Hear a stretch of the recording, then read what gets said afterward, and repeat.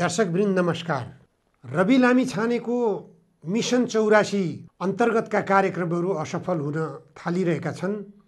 रवि लामिछानेले समानान्तर सरकार चलाउन थालेका हुन् कि मिशन 84 लाई मात्रै टार्गेट गरेर मिशन 84 पछि अथवा 2084 पछि आफ्नो नेतृत्वको सरकार बनाउने लक्ष्य निर्धारण गरेर उनले विभिन्न किसिमका लोकप्रिय कार्यक्रमका नाममा उटपट्याङ्गे कार्यक्रमहरू ल्याएर आफ्नो अलोकप्रियता बढाउने काम गरिरहेका छन्।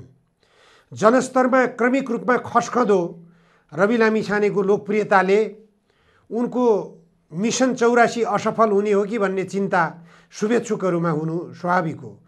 सर्वप्रथम त एमसीसी सम्झौताको विरोधीको रूपमा आफूलाई प्रस्तुत गर्दै आएका रवि लामिछानेले कट्टर एमसीसी सम्झौताका हिमायती स्वर्णिम वाग्लेलाई आफ्नो पार्टीमा भित्र्याएर सर्वाधिक लोकप्रिय बनाएर सांसद पदमा विजयी बनाएर नेपाली सेनाको संख्या घटाउनु पर्यो भन्ने अभिव्यक्ति बोल्न लगाएर विवादित बन्न पुगेका छन्।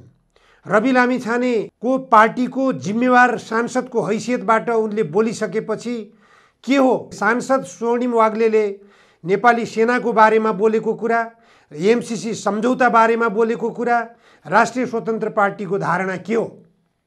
यो रवि लामिछानेले स्पष्ट गर्नुपर्ने कुरा होइन, अथवा राष्ट्रिय स्वतन्त्र पार्टीले बैठक बसेर यो विषयमा निर्णय लिनुपर्ने कुरा होइन। अझ गर्नुपर्ने काम के हो भनेपछि स्वर्णिम वाग्लेलाई स्पष्टीकरण माग्नु पर्दैन नेपाली सेनाको बारेमा बोलेको सवालमा। यतातिर रवि लामिछानेजीको ध्यान पुगेन। रवि लामिछानेजीले उटपट्याङ गर्न थाल्नुभयो, ब्लू बस सुरु गरिदिनु भयो। ब्लू बसको हैसियत कहाँबाट आयो? सरकारले बस चलाउनु बेग्लै कुरा हो, कुनै गाविसले बस चलाउनु बेग्लै कुरा हो, कुनै नगरपालिका, महानगरपालिका, उपमहानगरपालिकाले बस चलाउनु बेग्लै कुरा हो।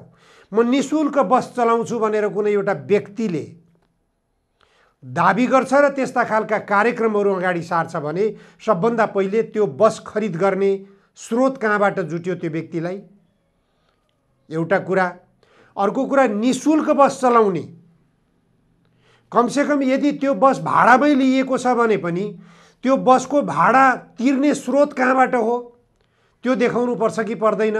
यो स्रोत देखाउन नपर्ने खालको गतिविधिहरू गर्ने यदि प्रवृत्तिले विकास गर्यो भने यहाँका पुराना राजनीतिक दलहरूले गरिरहेका गतिविधिहरूतर्फको गन्तव्यतर्फ जाँदै हुनुहुन्छ भन्ने कुरा यसले स्पष्ट गर्दैछ।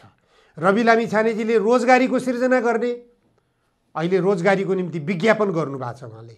सबभन्दा पहिले त चुनावी प्रचारमा जाने बेलामा 100 दिनभित्र मैले कमसे कम पनि 100 जनालाई नेपालमा भित्र्याउने छु जो वैदेशिक रोजगारीमा गएका छन् भनेर उद्घोष गर्नुभएको थियो। संसदमा प्रवेश गरिसकेपछि त्यो पनि सशक्त ढङ्गले प्रवेश गर्नुभएको छ। राष्ट्रिय स्वतन्त्र पार्टीको हैसियत अहिले 21 जना सांसदहरूको हैसियत छ।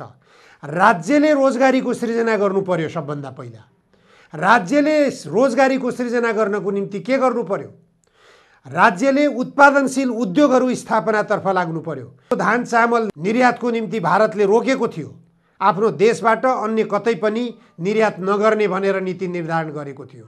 तर नेपाल सरकारको रोइ कराइले गर्दा अब हामी खान नपाएर मर्ने भयौँ भन्ने आर्तनाद सुनेर भारतले धान र चामल नेपालमा निर्यात गर्ने समझदारी बनेको छ। यसलाई हाम्रो देशमा ठुलो उपलब्धि मानिएको छ। कृषि उत्पादनतर्फ रोजगारी सृजना गर्ने प्रयास खोइ? संसदमा आवाज उठेको खोइ? जनताले सांसद बनाएर पठाइसके, त्यसमा पनि 21 जना सांसद। रवि लामिछानेप्रति जनताले जो आश गरेका हुन् त्यो आशामा निराशा उत्पन्न गराउने काम किन गर्ने? जनताले आशा गरे अनुसार कृषि नीति लागू गर्नु पर्यो, भूमि सुधारको कार्यक्रम ल्याउनु पर्यो, कृषि उत्पादनमा वृद्धि गर्ने कार्यक्रम ल्याउनु पर्यो। के गरेर गर्न सकिन्छ? के ब्लू बस सञ्चालन गरेर कृषि नीतिमा सुधार आउँछ रवि लामिछानेजीको? कि कसरी आउँछ? यहाँ 2-4वटा स्कुलहरूमा निशुल्क शैक्षिक पठन पाठन र स्कलरसिप छात्रवृत्तिको व्यवस्था गरेर देशव्यापी रूपमा जनताका छोराछोरीले शैक्षिक माफियाहरूबाट आतंकित हुनुपर्ने अवस्थाबाट मुक्ति पाइन्छ। अहिले सुनिँदैछ सरकारले शिक्षा नीति पनि लागू गर्दैछ। सबै निजी क्षेत्रका स्कुल र कलेजहरूलाई पनि गुठी अन्तर्गत सञ्चालन गर्ने र समान शिक्षण शुल्क, र समान पठन पाठनको व्यवस्था मिलाउने भनेर भनिराखेको छ। त्यो विधेयक पनि तयार भइसकेको छ। ऐन आउँदैछ। त्यो ऐनलाई छिटो छरितो ल्याउन लगाउने दबाब दिने 21 जना सांसदहरू संसदमा प्रवेश गरिरहेको अवस्थामा त्यो आवाज बुलन्द गर्नु पर्दैन? संसदभित्र आवाज बुलन्द गर्न सकिँदैन भने बाहिरबाट सडक आन्दोलनबाट पनि राष्ट्रिय स्वतन्त्र पार्टीले गर्न सक्दैन। केवल उटपट्याङ्गे काम गरेर जनताका बीचमा लोकप्रिय बन्छु भन्ने खालको दुस्वप्नमा रवि लामिछानेले डुबुल्की मार्नु अब निरर्थक छ भन्ने कुरा प्रष्ट छ। अहिले प्रचण्ड नेतृत्वको सरकारले जे काम गरिरहेको छ, भ्रष्टाचार विरुद्धका कामहरू गर्दा गर्दै सरकार कहाँनिर अड्केको छ, किन अवरोध भइरहेको छ, त्यो अवरोधतर्फ सरकारलाई घचघच्याउनु पर्ने हो। अहिले प्रचण्ड नेतृत्वको सरकारले गरिरहेका भ्रष्टाचार विरुद्धका गतिविधिहरूले जनतामा व्यापक प्रभाव पनि पारिरहेको छ। छर्लङ्ग देख्न सकिन्छ सामाजिक सञ्जालमा। हिजो रवि लामिछानेको प्रशंसामा उत्रिएका प्रशंसकहरू अहिले प्रधानमन्त्री प्रचण्डको प्रशंसामा उत्रिएका छन्। सामाजिक सञ्जालमा प्रचण्डको प्रशंसा भइरहेको छ। भ्रष्टाचारका विरुद्धमा सरकारले सशक्त ढङ्गले कदम चालोस्। त्यसतर्फ राष्ट्रिय स्वतन्त्र पार्टीको ध्यानाकर्षण खोइ। सरकारलाई टेवा पुर्याउने गरी चाहिएको के हो? राष्ट्रिय स्वतन्त्र पार्टीको नेतृत्वको सरकार चाहिएको हो कि देशमा राष्ट्रिय स्वाधीनता बलियो होस्, देशमा जनताले रोजगारी पाउन्, देशमा भ्रष्टाचार विरुद्धको सशक्त कदम अगाडि बढोस्, भ्रष्टाचारीहरू कानुनी कठघरामा जाकिउन्? यसतर्फको आकर्षण रवि लामिछानेको राष्ट्रिय स्वतन्त्र पार्टीको हुनुपर्ने होइन र? हिजो मात्रै सर्वोच्च अदालतले आदेश गर्यो ललिता निवास जग्गा प्रकरणमा नीतिगत निर्णय गर्नेहरूलाई पनि कानुनी कठघरामा ल्याऊ। नीतिगत निर्णयको प्रकरण के हो बुझ। सर्वोच्च अदालतको आदेश भइसकेपछि पूर्व प्रधानमन्त्री द्वय जसले नीतिगत निर्णय गरेका हुन्, माधव कुमार नेपाल र डाक्टर बाबुराम भट्टराई, यी दुवैलाई पनि कारबाहीको दायरामा तान्ने बाटो खुलिसकेको छ। यसबाट पनि प्रचण्डको लोकप्रियता थप चुलिने निश्चित छ। प्रचण्डको लोकप्रियता चुलिनु भनेको प्रचण्डले गरिरहेका राम्रा कामहरूको परिणामतर्फ जनताको आकर्षण बढ्नु हो। यो राम्रो पक्ष हो। सुन तस्करी प्रकरणलाई हेरौँ, बाहिर पक्राउ भयो। आखिर प्रधानमन्त्री प्रचण्डलाई त भित्र गतिविधि यस्तो भइरहेको छ भन्ने जानकारी त थियो। उहाँले अर्थमन्त्री र गृहमन्त्री मातहतका रहेका भित्रका गतिविधिहरू नियन्त्रण हुन्छन् कि हुँदैनन्, त्यो परीक्षण गरिरहनु भयो। आफ्नो मातहतको राजस्व अनुसन्धान विभागलाई सुन पक्राउ गर्न र सुन तस्करीमा संलग्न भएका माथिल्लो तहका व्यक्तिहरूलाई समेत पक्राउ गरेर कानुनी कठघरामा ल्याउन प्रधानमन्त्रीको निर्देशनबाट राजस्व अनुसन्धान विभाग सफल भएको कुरा पनि छर्लङ्ग छ। अनि त्योभन्दा माथिल्लो को हो त? कि त किटानी गर्नु पर्यो, पक्राउ परेका व्यक्तिहरूबाट खुल्नु पर्यो। दावा छिरिङ माथिल्लो व्यक्तिको रूपमा पक्राउ परेका छन्, एकजना बेपत्ता भएका छन् भारतीय नागरिक। यी व्यक्तिहरूलाई सिआइबीले अब पक्राउ गरेर यिनीहरूसँग बयान लिएर वास्तविक संरक्षक को हो त? के साँच्चै भन्दा गृहमन्त्री संरक्षक हुन्? के साँच्चै भन्दा अर्थमन्त्री संरक्षक हुन्? अथवा अरू को छ जो तर्सिरहेका छन्, डराइरहेका छन्, तस्करहरूसँग बसेर फोटो खिचाएको रूपमा चर्चित छन्? ती व्यक्तिहरूको संरक्षणमा भएको हो त? लगानी उनीहरूको हो त? पक्राउ गरिएका व्यक्तिहरूबाट आउनुपर्ने बयानका कुरा हुन्। त्यसकारण माथिल्लो तहको भ्रष्टाचारी को छानबिन गर्ने जिम्मेवारी अब प्रहरीको काँधमा गइसकेको छ। प्रहरीले नगरेर कसले गर्ने त अब छानबिन? छानबिनको निम्ति आयोगले के गर्ने हो? अहिले राजस्व अनुसन्धान विभागले जे गरेको छ यो बाहेक अरू के गर्न सक्ने हो आयोगले? त्यसकारण राम्रो काम गरेको बेलामा त्यो राम्रो कामको प्रशंसा पनि हुनुपर्छ। नराम्रो काम गरिएको छ भने त्यसलाई झटारो प्रहार गर्नुपर्छ, आलोचना गर्नुपर्छ, विरोध गरिनुपर्छ। कहाँबाट विरोध गर्ने? जहाँबाट विरोध गर्दा प्रभावकारी हुन्छ त्यहीबाट विरोध गर्नुपर्छ। हिजो रवि लामिछानेले सञ्चार माध्यमबाट विरोध गर्दाखेरि त्यो चर्चा चुलिएको थियो। आज संसदमा रवि लामिछाने पुगिरहेको अवस्था छ। रवि लामिछानेले त्यसतर्फ ध्यान नदिएर उटपट्याङ्गे कामतर्फ लागिरहेको देख्दा शुभेच्छुकहरूमा निश्चित रूपमा निराशा पैदा हुनु स्वाभाविक छ।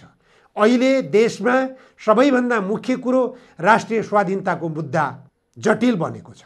राष्ट्रिय स्वाधीनता जर्जर अवस्थातिर गइरहेको छ। विदेशी चलखेलले देश खतरा उन्मुख भइरहेको छ। देश युद्धग्रस्त मुलुकको रूपमा विकसित हुने हो कि भन्ने त्रास बढिरहेको छ। आपसमा द्वन्द्वरत छिमेकी देश चीन र अमेरिका जसले एमसीसीको आवरणमा नेपालमा प्रवेश गर्न खोजिरहेको छ, यसको गतिविधि के हो? नेपाली सेनाले के गर्न खोजिरहेको? किन केही गर्न सकिरहेको छैन? किन नेपाली सेनालाई एसपीपीमा बाँध्न प्रयास गरियो? एसपीपीमा आकर्षित गर्न खोजियो? यस्ता कुराहरूतर्फ राष्ट्रिय स्वतन्त्र पार्टीले राष्ट्रिय स्वाधीनताको मुद्दामा आफूलाई सशक्त ढङ्गले उभ्याउनुपर्छ। तर विवादित आफै बनिरहेको छ सांसद स्वर्णिम वाग्लेको अभिव्यक्तिको माध्यमबाट। यसको बारेमा स्पष्टीकरण दिनु पर्दैन। त्यसकारण रवि लामिछानेजीले स्टन्टबाजी गरेर उटपट्याङ्गे कामहरू गर्नुभन्दा रोजगारी सृजना कसरी गर्ने, रोजगारी सृजनाको निम्ति राष्ट्रिय नीति बनाउनु पर्यो। सांसदको हैसियत भनेको राष्ट्रिय नीति बनाउने हैसियत हो। संसदमा सशक्त उपस्थिति भनेको राष्ट्रिय नीतिको निम्ति दबाब सृजना गर्ने हो। 100 जनाको निम्ति रोजगारी सृजना गरेर रोजगारी हुन्छ। नेपाली जनताले रोजगारी पाउँछन्। त्यो पनि कुन वस्तु उत्पादन गर्ने रोजगारी सृजना गर्दै हुनुहुन्छ रवि लामिछानेजी? त्यसतर्फ गम्भीर बन्न जरुरी छ। उटपट्याङ्गे कार्यक्रमहरू बन्द गर्नुहोस्, राष्ट्रिय नीतिमा दबाब दिनुहोस्, दबाब सृजना गर्नुहोस्।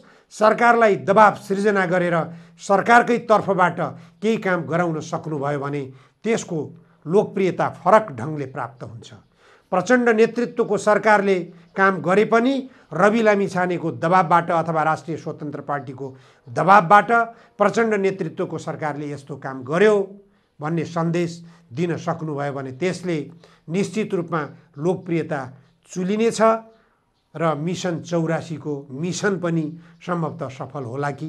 सबैको मिसन 84 छ, तर 84 मिसनको निम्ति देशमा बेरोजगारी व्याप्त छ। यो बेरोजगारी समाप्त गरौँ। देशमा उपभोग्य वस्तुको अभाव छ, उपभोग्य वस्तुको उत्पादन बढाउनेतर्फ जाउँ। देशमा कृषि उत्पादनमा कमी आइरहेको छ, कृषि उत्पादन बढाउनतर्फ ध्यान दिउँ। देशमा शैक्षिक क्षेत्र अस्तव्यस्त छ, स्वास्थ्य क्षेत्र अस्तव्यस्त छ। यसतर्फ सबै राजनीतिक दलका नेताहरूले ध्यान दिनु जरुरी छ। सरकारलाई यी कामहरूमा मैले जो उल्लेख गरिसकेँ, यी कामहरूमा दबाब सृजना गरेर यी कामहरूमा सरकारलाई जसरी हुन्छ घिसार्न सकियो भने जुन राजनीतिक दलको दबाबबाट सरकार घिसारिनेछ त्यही राजनीतिक दलको लोकप्रियता चुलिनेछ। यदि कसैको दबाब बिना सरकारले जसरी भ्रष्टाचार विरुद्ध सशक्त ढङ्गले आफूलाई प्रस्तुत गरिरहेको छ, यसै गरी कृषि उत्पादन, औद्योगिक उत्पादन, शैक्षिक क्षेत्रको माफियाहरूको अन्त्य, स्वास्थ्य क्षेत्रका माफियाहरूको अन्त्य, यी सबैतर्फ सरकारको ध्यान गयो भने सरकारकै लोकप्रियता, सरकारको जसले नेतृत्व गरेको छ उसैको लोकप्रियता हुने होइन र? हिजो मात्रै समाचार सार्वजनिक भएको छ, बैंकहरूले एक वर्षमा 70 अर्ब मुनाफा कमाए। अमेरिकाले एमसीसी को नाममा सहयोग गर्न खोजेको भनिएको रकम कति हो? 50-55 अरब हो। कहाँ 50-55 अरब अनुदानको नाममा हामीले देश बन्दकी बनाउँदैछौँ, अमेरिकाको उपनिवेश बनाउँदैछौँ, जबकि नेपालका बैंकहरूले 70 अर्ब रुपियाँ मुनाफा आर्जन गरेका छन्। यो मुनाफा कहाँबाट गरे? बैंकहरूले नेपाली जनताबाट ब्याज लिएर आर्जन गरेका नहुन्। बैंकहरूले कुनै उत्पादनशील उद्योगहरूमा लगानी गरेका छन् र? छैनन्। बैंकहरूले कहाँ लगानी गरेका छन्? कृषि क्षेत्रमा लगानी गरेका छन् र? छैनन्। बैंकहरूले गरिब जनताहरूका बीचमा लगानी गरेका छन्, जो साना साना व्यवसायहरू गरेर गुजारा चलाइरहेका छन्। देखिएको छ बैंकबाट पीडितहरूले सडकमा आन्दोलन गरिरहेका छन्, सहकारीबाट पीडित जनता सडकमा आन्दोलित छन्, मिटर ब्याजीबाट पीडित जनता सडकमा आन्दोलित छन्। सबैतर्फ बिना उत्पादन मुनाफा आर्जन गर्ने सहकारीहरू, बिना उत्पादन मुनाफा आर्जन गर्ने लघु वित्तहरू, बिना उत्पादन मुनाफा गर्ने ब्याङ्कहरू। सुनिँदैछ नबिल ब्याङ्कले 7-8 अर्ब रुपियाँ एक वर्षमा आर्जन गर्यो। आर्जन गर्यो भन्नुको मतलब नेपाली जनतालाई लुट्यो। अहिले एनसेल नामको विदेशी कम्पनीले वर्षमा कति मुनाफा गरिरहेको छ त्यो हामी हेर्न सक्छौँ। त्यो वर्षमा मुनाफा गरेको रकम उसले विदेशतिर लैजान्छ। नबिल ब्याङ्कले जो मुनाफा गरेको भनिएको छ त्यो विनोद चौधरी नामको यो देशको अर्बपतिको आवरणमा रहेको व्यापारीको 51% उसको विदेशी नागरिक भएका छोराहरूको रहेको छ स्वामित्व। त्यो स्वामित्वबाट आर्जन भएको 7 अर्ब भनिएको रकम कहाँ जाने हो? हेर्दा नबिल ब्याङ्कले आम्दानी गर्यो, मुनाफा गर्यो भनेर देखिन्छ नबिल ब्याङ्क देशभित्रको, तर त्यो रकम विनोद चौधरीले सरक्क लागेर विदेशतिर लान पाउने खुकुलो नीति यो देशमा भइरहेको छ। विदेश पलायन भइरहेको छ देशको सम्पत्ति। यसतर्फ ध्यान दिनुपर्ने हो कि होइन? रवि लामिछानेको यसतर्फ ध्यान पुग्नुपर्ने होइन? रवि लामिछाने जस्ताहरूको ध्यानाकर्षण यसतर्फ हुँदैन भन्ने कुरातर्फ प्रधानमन्त्री प्रचण्ड नेतृत्वको सरकार सचेत बन्न जरुरी छ। सचेत बनेर ब्याङ्कहरूले 70 अर्ब एक वर्षमा मुनाफा कसरी गरे, यसतर्फ जनता लुटिएका छन्, जनता चुसिएका छन्, जनता थिचिएका छन्, सडक आन्दोलनबाट स्पष्ट भइरहेको छ। सरकारको ध्यानाकर्षण जरुरी छ। सरकारले यी सबै जनविरोधी गतिविधि गर्नेहरूलाई कानुनी कठघरामा ल्याउन विलम्ब गर्न हुँदैन। कसैको दबावको आवश्यकता छैन। आगे सरकारको नेतृत्व गरिरहेका प्रचण्ड कामरेडलाई चेतना भया। हस्, आजलाई यति मात्र। धन्यवाद, नमस्कार।